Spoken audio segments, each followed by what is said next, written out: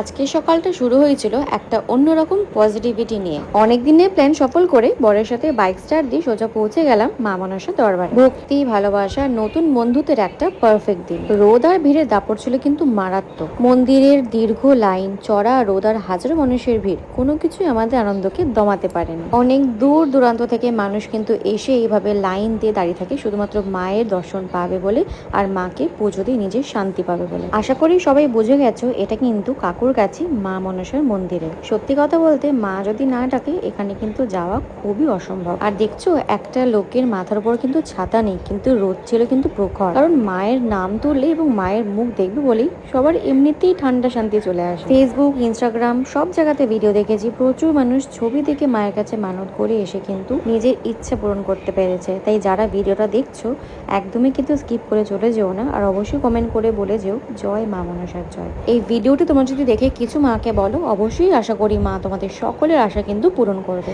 মায়ের আশীর্বাদ ধন্য। পুজো শেষ করে যখন বেরোলাম তখন মনের ভেতর শুধু এক বুক শান্তি। আর এই সুন্দর সফরের উপরই পাওনা ছিল মন্দিরে আলাপ হওয়া এক দারুণ কাপলের সঙ্গে। অল্প সময়ের মধ্যে তাদের সাথে মন খোলা আড্ডার ছবি তোলা মুহূর্তগুলো আজকের দিনটাকে আরো স্পেশাল করে তুলেছে। জীবনের এই ছোট ছোট সুন্দর অভিজ্ঞতাগুলিই তো আমাদের বাঁচিয়ে রাখে। এই 1 মিনিট 30 সেকেন্ডের রিলটি আমাদের আজকের এই অফুরন্ত আনন্দের একটা কোলাজ।